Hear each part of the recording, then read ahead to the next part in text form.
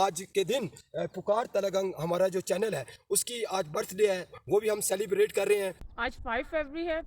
और पुकार तलगंग की बर्थडे है आज।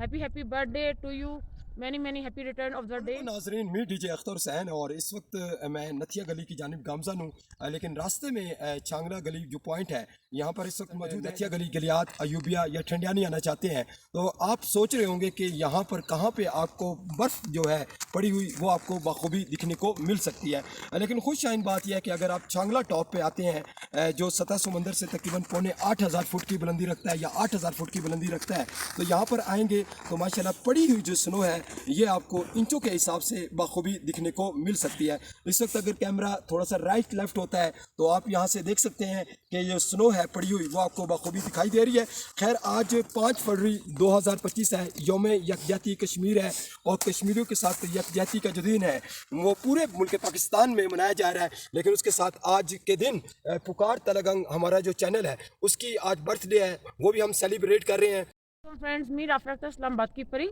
आज 5 फरवरी है और पुकार तलगंग की बर्थडे है आज। Happy happy birthday to you, many many happy return of the day पुकार तलगंग। आपको याद होगा कि लास्ट टाइम जब आपकी बर्थडे थी तभी हम लोग यहाँ पे मौजूद थे और आज हम आपके लिए मौजूद हैं यहाँ पे नथिया गली में।